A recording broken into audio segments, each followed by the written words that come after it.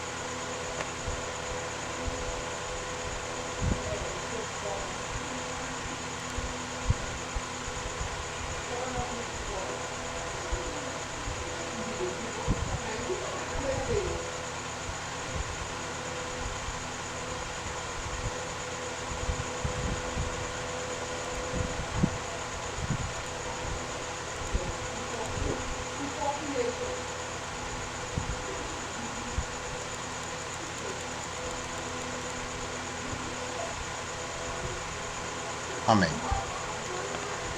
Vou ler aqui hoje Daniel capítulo 10, ok? Então, no terceiro ano de Ciro, o imperador da Pérsia, tá? Daniel tinha conhecido por Beltesazar, em aramaico, recebeu uma revelação divina. A profecia era verdadeira e falava de tempos hostis e guerra. Na visão que teve, ele compreendeu bem a mensagem que se segue. Aqui, esse Ciro é aquele que deu o decreto para o povo de Israel reconstruir o templo e poder voltar para casa, né? Aqueles que quiseram voltar para casa, né? Porque na época de Nabucodonosor, Jeremias, Ezequiel e Isaías avisaram muito aos israelitas ali da tribo de Judá para pararem de pecar contra o Eterno, né? E eles não fizeram, continuaram desobedecendo a Deus, né?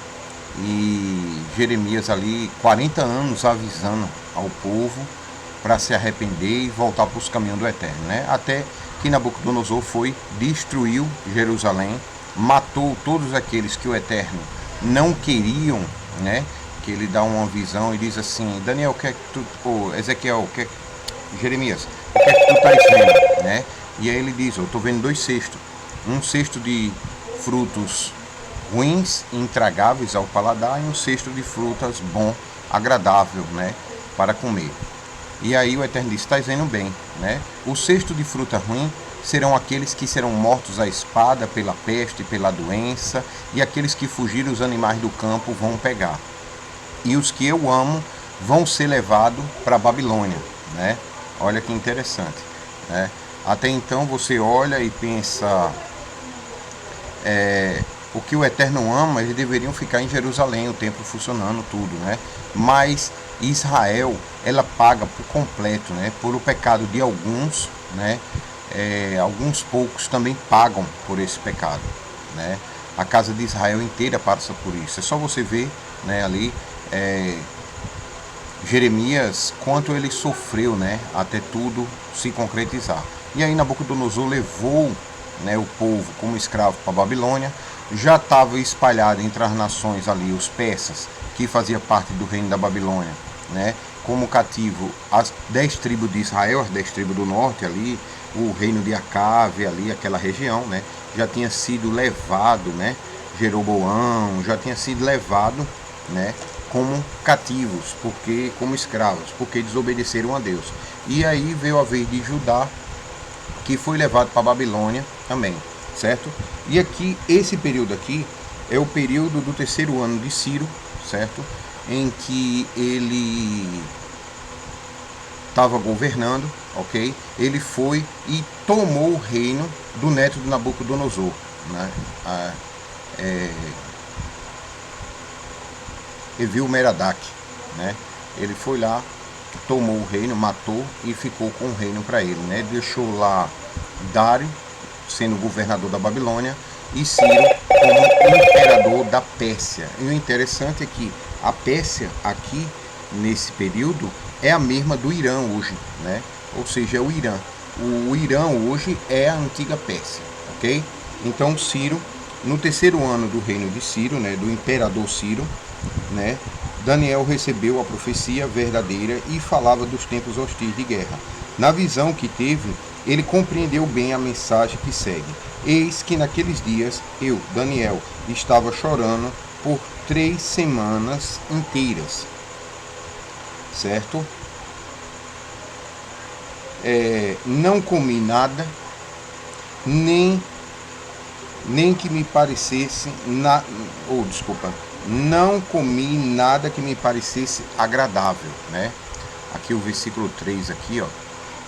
Nada que me parecesse agradável, nem carne, nem vinho entravam na minha boca, nem me ungi com óleo. Isso aqui não tem nem no original, tá? Mas tá aqui, eu vou ler. Até que se cumpram as 3 semanas completas, tá? Olha que interessante, ok? Então o jejum dele, ele não comeu nada que ele gostasse. Vamos dizer, se ele gostasse de um pudim, ele não ia comer, ou seja, nada, né? Ali os israelitas faziam muito jejum só comendo raízes, né? Comidas, principalmente comidas que não são cozinhadas, comidas da natureza, frutas, comidas naturais que não sejam cozinhadas, ok?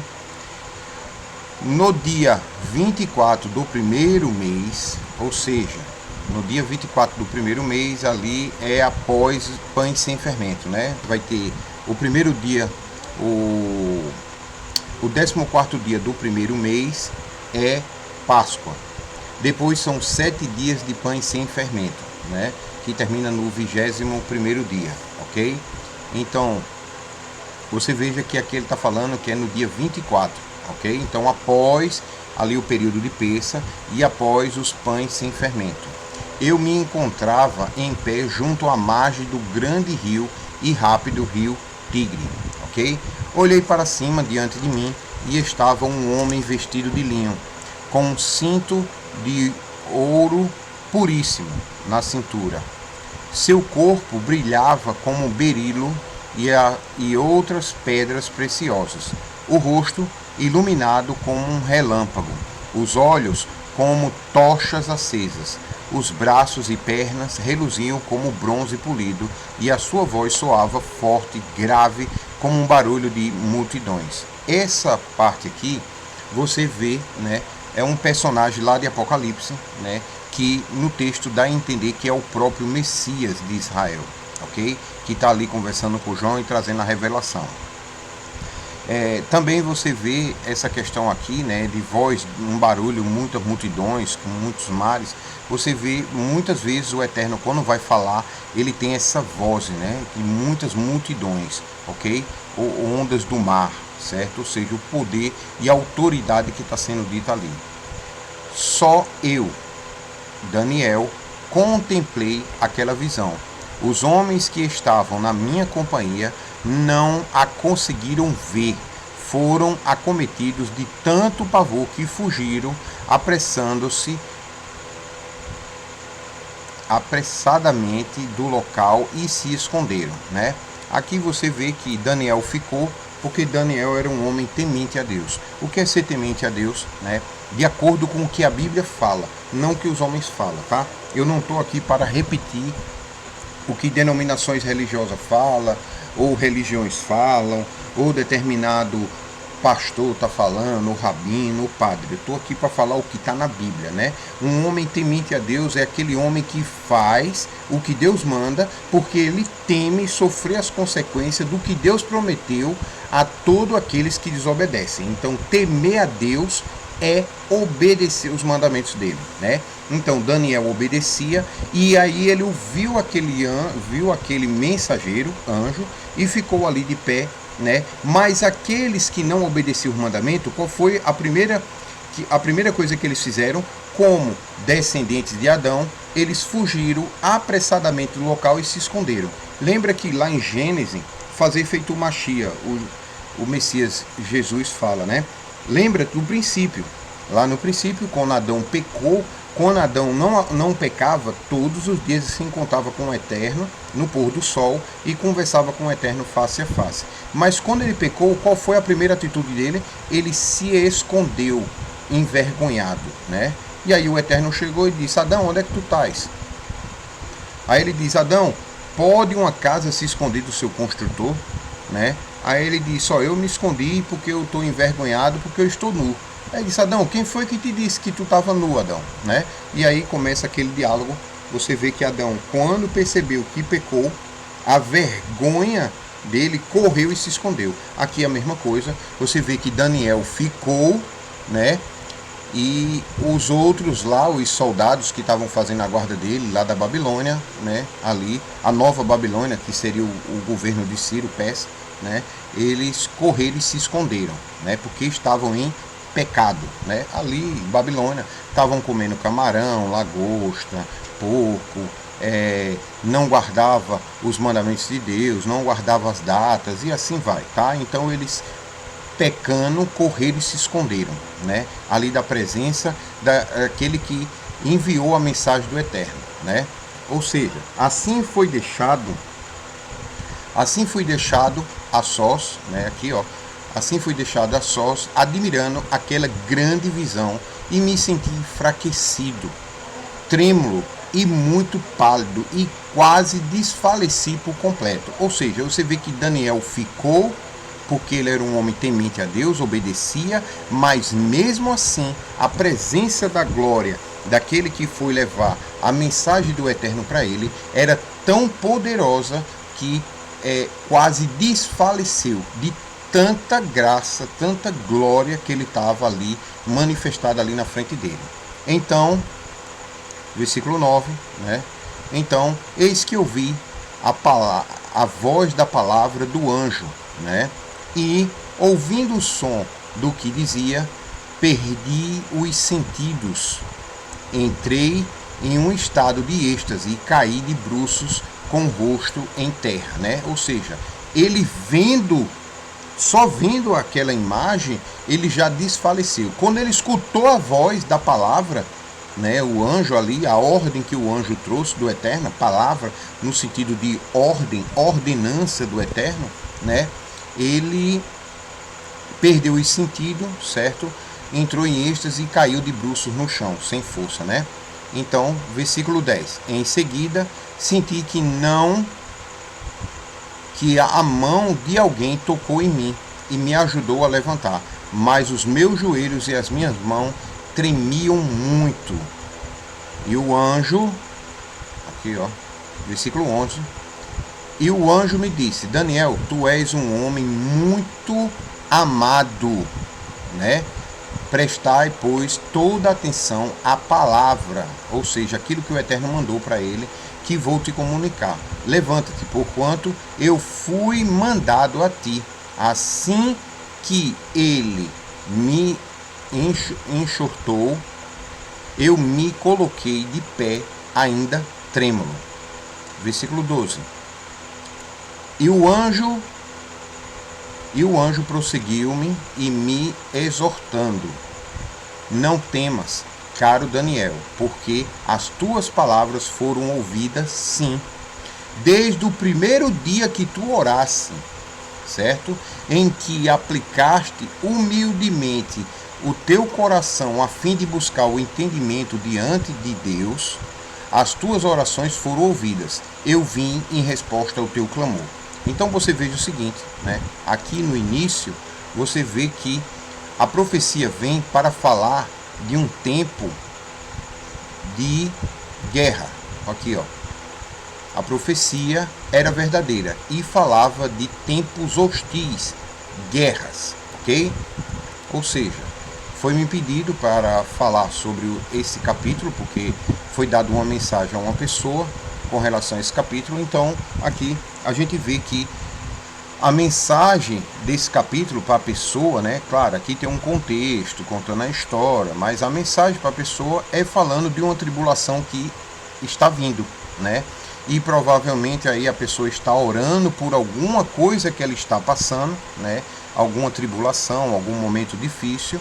E aí o Eterno está dizendo que enviou o anjo para responder, para ajudar, para ir ao auxílio e socorro, para esclarecer aquilo que está acontecendo, né? Porventura esteja algo acontecendo e a pessoa não sabe o porquê. O Eterno aqui está mostrando que enviou o anjo para levar a mensagem do Eterno, que é, né? Olha, Deus te ama muito, certo? Desde o primeiro dia que você está fazendo a petição, pedindo esclarecimento ao Eterno, pedindo entendimento, melhor utilizando a palavra, em vez de esclarecimento, um entendimento para as coisas que estão acontecendo, o Eterno mandou a mensagem. Aí vamos ver porque ainda não chegou a mensagem. Versículo 12. E o anjo prosseguiu-me, me exortando: não temas, caro Daniel, porque as tuas palavras foram ouvidas sim. Ou seja, a sua palavra, a sua oração foi ouvida. Desde o primeiro dia em que aplicaste humildemente o teu coração a fim de buscar o entendimento diante de Deus. E as tuas orações foram ouvidas. E eu vim em resposta ao teu clamor, né? Então a pessoa está aí orando, né? Pedindo ao Eterno um esclarecimento de algo que pode estar acontecendo. Ou o Eterno está dizendo o seguinte, ó, para você começar um jejum, uma oração, né? E começar a fazer a petição, né? Ao Eterno, ok? Versículo 13. Mas o príncipe, o rei da Pérsia, ou seja, onde hoje é o Irã, que eu comentei, né? Me restituiu durante 21 dias. Mas o príncipe do reinado da Pérsia me resistiu durante 21 dias. Então, Miguel, ou seja, né, ali Migueiarro, né, é um dos príncipes supremos, veio me ajudar a vencer o inimigo, porquanto não pude mais continuar ali com os reis da Pérsia, tá? Aqui você vê lá em cima, ele dá o nome do rei Ciro. Presta atenção, ele dá o nome do rei Ciro, tá? Então o rei Ciro é aquele rei em que o Eterno tocou o coração dele, ele foi generoso e ele era simpatizante ali da causa dos hebreus, né, dos judeus, que queriam voltar para casa para reconstruir Jerusalém, né, e aqueles que quisessem voltar e recomeçar lá em Jerusalém, ele permitiu, inclusive ele bancou em parte o sucessor dele também, né? O neto dele mandou auxílio para enfeitar o templo. Então você vê 4 gerações, né, ali que tiveram ali, entre aspas, o Eterno tocou o coração dele, eles tiveram misericórdia do povo, né? O decreto foi do rei Ciro, tá? E os outros reis continuaram o que o pai mandou fazer, né? Aí aqui você já vê que mais o príncipe do reino da Pérsia me resistiu durante 21 dias. Então você vê que o Ciro era simpatizante ao povo, mas o rei da Pérsia, né, ou seja, me resistiu. Então entenda que ele não está, nesse versículo 13, ele não está falando de Ciro.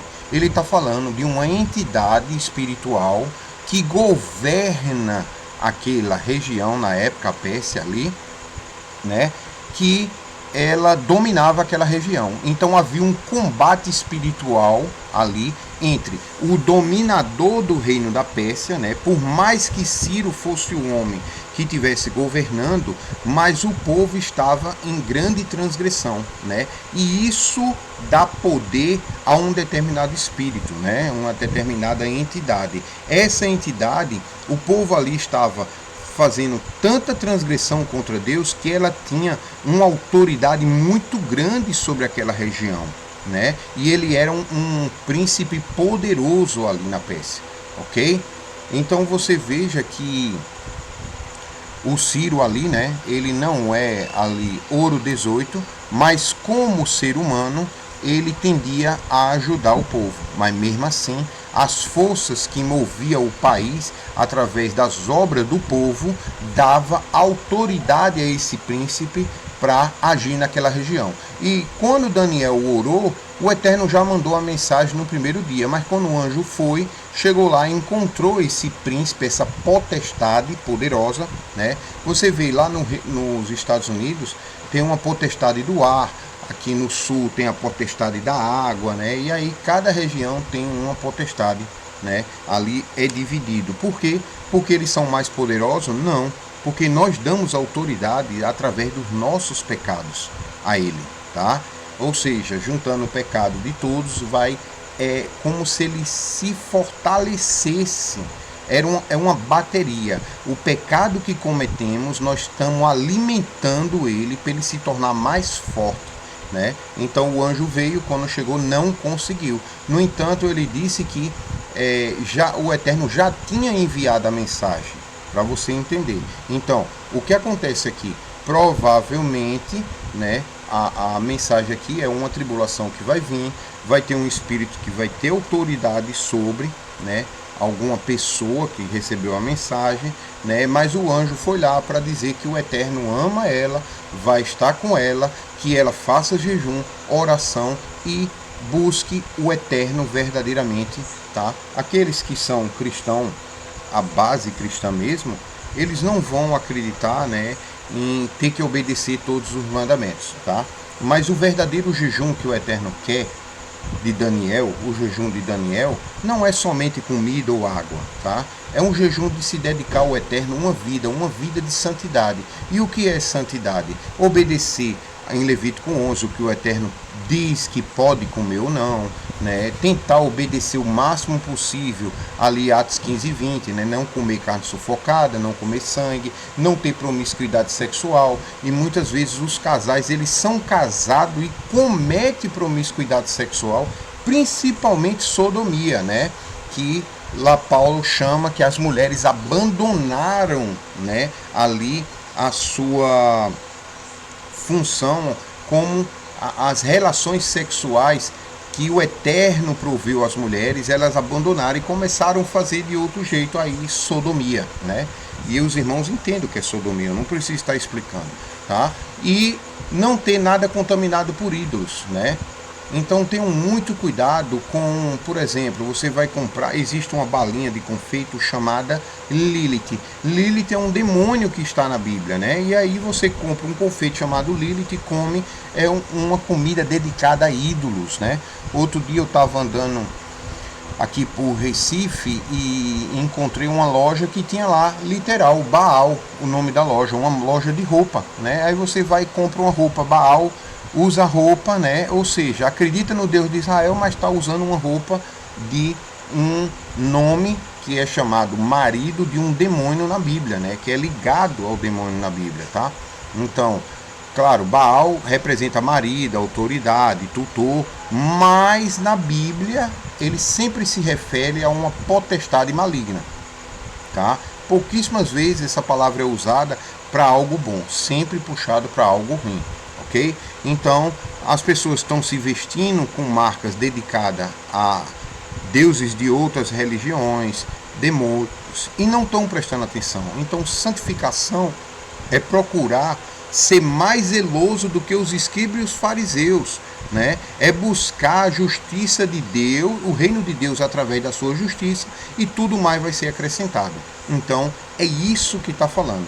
Vai vir uma tribulação, existe um príncipe, uma potestade que está ali trazendo uma tribulação, uma dificuldade na vida, né? E aí a pessoa fazer um jejum, se dedicar ao Eterno, entrar em santidade para buscar ali entendimento do que fazer, né? Para passar por essa tribulação. Versículo 14. Ou está na tribulação, ou ela vai vir, ok? Assim estou aqui agora para explicar-te o que acontecerá ao teu povo nos tempos futuros, pois a visão que tiveste se refere aos dias ainda muito distantes. Então, olha que interessante, falando do futuro. Quando ele me disse isso, prostei-me com o rosto em terra e fiquei mudo, né? Ou seja, não conseguiu falar nada. Então, ou seja, uma revelação, né? É muito forte do Eterno, ok? Então alguém parecido com um ser humano tocou os meus lábios e abri a boca e comecei a falar. Eu disse àquele que estava em pé diante de mim: ó Elohim, estou aflito demais em virtude de tudo quanto vi acontecer. Estou a ponto de perder os sentidos por causa da visão que tive. Aqui ó, versículo 17. Como posso eu, o teu servo, conversar contigo, ó meu Senhor? Minhas forças se desvanecem e mal consigo respirar. Versículo 18. O ser que se assemelha a um homem tocou em mim outra vez. Imediatamente me senti fortalecido.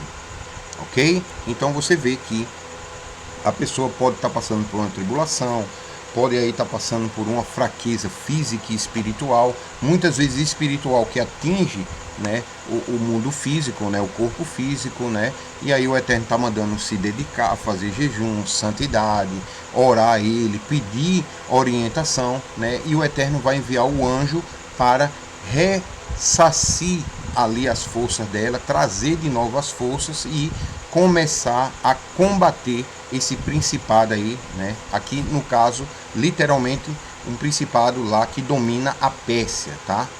Então ele me dirigiu a palavra: não temas, Deus te ama, o Filho, Deus te ama, ó Filho do homem, ou seja, ó descendente de Adão, ok? Tanto mulher quanto homem são descendentes de Adão.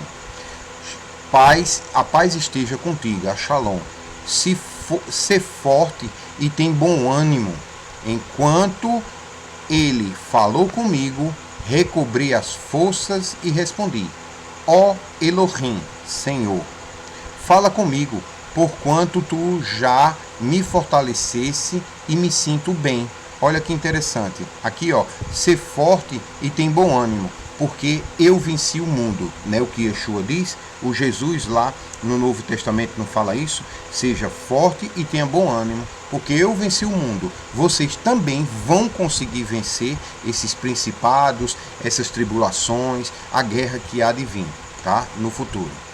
Ao que ele acrescentou: sabes porque eu vim a ti, contudo, agora terei que retornar para seguir pelejando, ou seja, guerreando contra o príncipe da Pérsia, ou seja, a potestade que domina aquela região.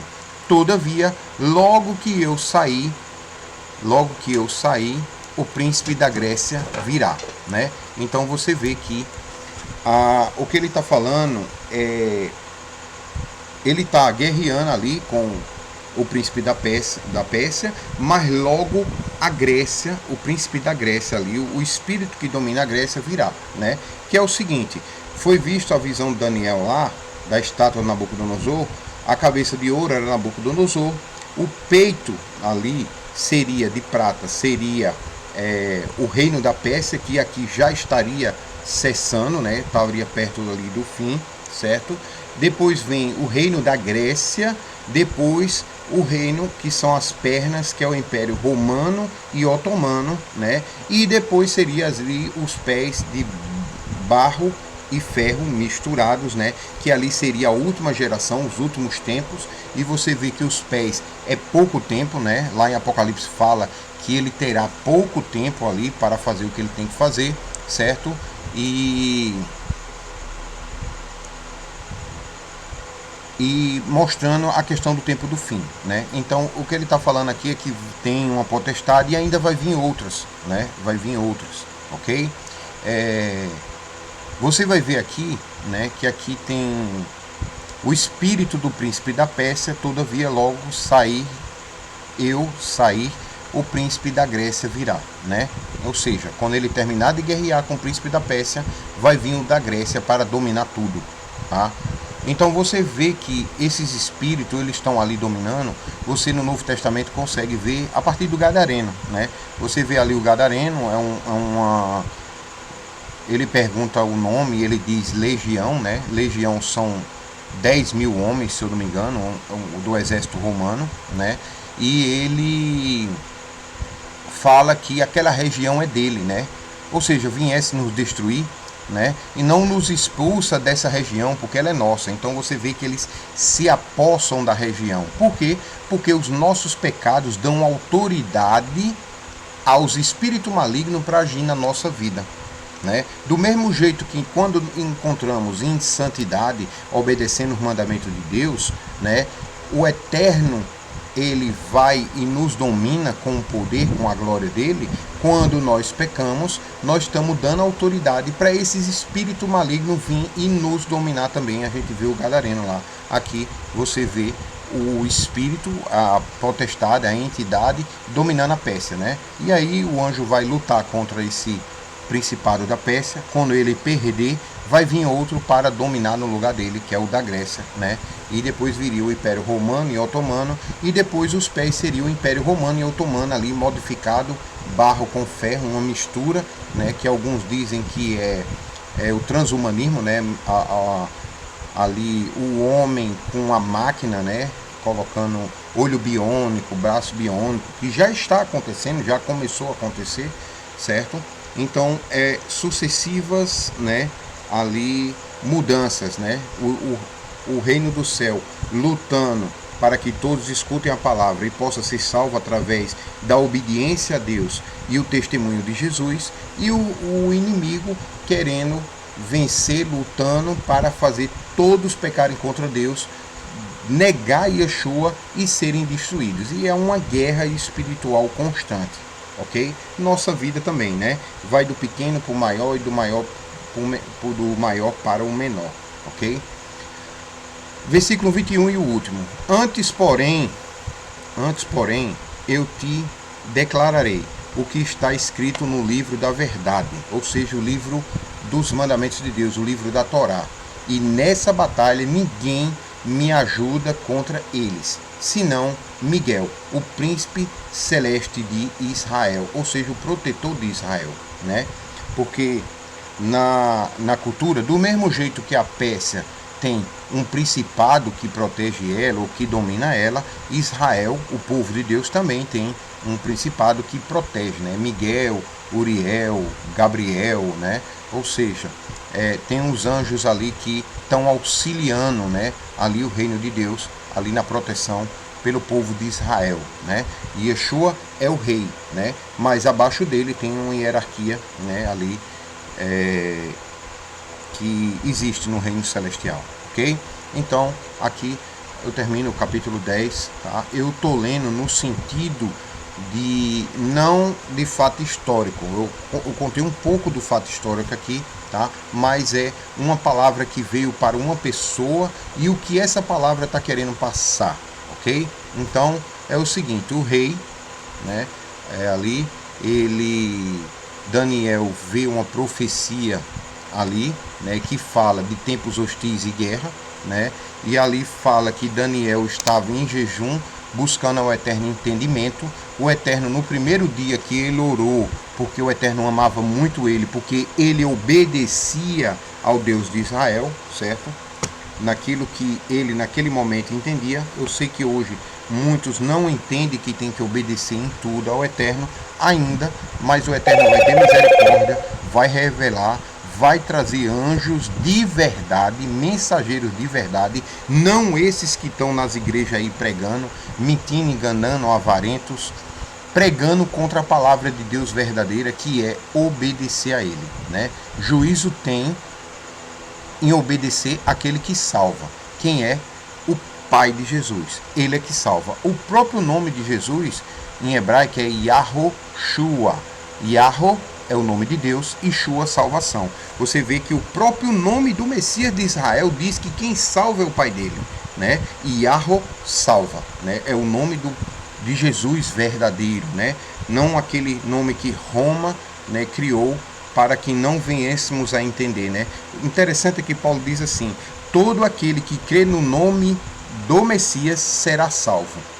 Aí as pessoas dizem: eu creio em Jesus, você salva. Mas se você for para o original, o nome que Maria chamava ele é Yahoshua, tá? Yahoshua, ou seja, Yahô salva. Todo aquele que crê que Yahô salva será salvo. Essa é a mensagem que Paulo coloca lá. Mas por não conhecer o hebraico, por não conhecer a língua original, por não conhecer a cultura, a gente perde tanta coisa magnífica e extraordinária que o Eterno trouxe na nossa vida, né? E aí, eu acredito que a pessoa aí, né, ou está passando pela tribulação, ou vai começar uma, né, e serão sucessivas. Lembre-se, o Eterno castiga aquele que ele ama. E no castigo, o Eterno nos trabalha na nossa vida. Ele trabalha e pega aquela pérola e vai limpando, esfregando, tirando a impureza. Muitas tribulações que vêm na nossa vida para preparar-nos para um futuro que vamos precisar muito de tudo isso que estamos passando hoje, né? E aí o Eterno direciona para a pessoa fazer jejum, pedir orientação a ele e aí haver o livramento, ok? Você vê que ele vem dizer que estava ali guerreando contra o príncipe da Pérsia, não conseguiu chegar antes por causa dessa guerra espiritual, mas no entanto ele diz, ó, essa mensagem aqui é para o futuro, tá? Eu vou lá que eu vou guerrear, né? Vou terminar a batalha para vencer o príncipe da Pérsia e quando eu vencê-lo vai vir o da Grécia e depois vai vir o Império Romano e depois vai vir o Império Romano ali, o pé de barro com ferro, né? E ali a última tribulação. Amém? Então prepare-se que não é o fim do mundo, é só um processo para evolução espiritual que você precisa, né? Muitas vezes a gente pede ao Eterno revelação, pede ao Eterno para mostrar o Espírito, pede ao Eterno para dar o Espírito dele, quando muitas vezes o Eterno quer dar, vem através de tribulação, vem através de verdades que nós não acreditamos ainda, mas o Eterno é misericordioso e mostra, né? E aí nós temos que passar pelo esse processo de evolução. Muitas vezes essa evolução vem através de coisas que nós não queremos ouvir, mas aquilo que normalmente você não quer ouvir é o que te faz grande no reino do céu. Amém? Ou seja, normalmente aquilo que você não quer ouvir é a verdade. Ok? Shalom, shalom. Que o Eterno derrame bênção e guarde em nome de Yeshua HaMashiach. Amém.